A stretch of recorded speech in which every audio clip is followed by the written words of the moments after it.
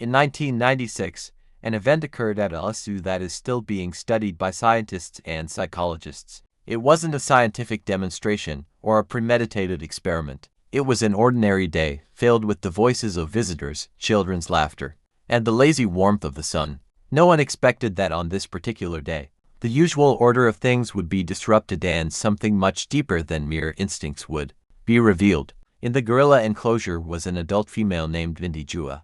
She had lived at the zoo for many years, was calm and attentive, and had recently become the foster mother of a small baby. Her days passed calmly feeding, resting, caring for the baby.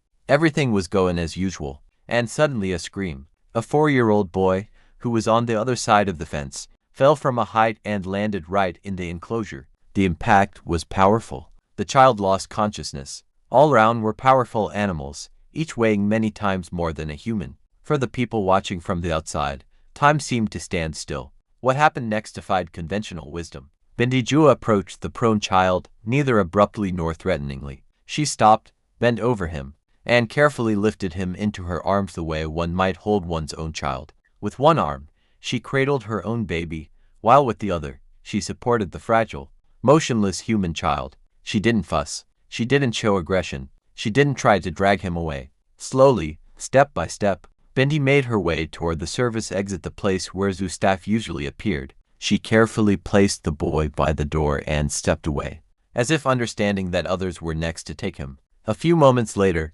zookeepers took the child. He survived. Doctors later confirmed that despite the serious fall, his life was no longer in danger. And the world was left with questions. Scientists have long debated what exactly happened at that moment. Was it a manifestation of maternal instinct transferred to another species?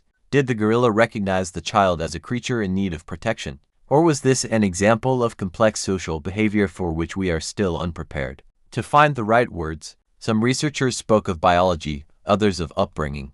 Bindi Jua grew up among humans, witnessed care, and saw how children were treated. Perhaps all this came together in that very moment when a choice was made without hesitation. But others spoke of something simpler and at the same time more difficult to explain: the capacity for empathy. Not about human morality, not about conscious heroism, but about a quiet, calm recognition of another's vulnerability. This case has entered textbooks on ethology and psychology. It is still analyzed, carefully choosing its wording, avoiding romanticism, and yet not denying the obvious. Sometimes the boundaries between species are thinner than we usually think. Bindi Jua was not a heroine in the human sense. She didn't know she was being watched. She simply did what she thought was right at that moment. And perhaps this is precisely the main lesson of that story. In a world full of noise and complex explanations, the most important deeds are often performed silently without witnesses, without the intention of being understood.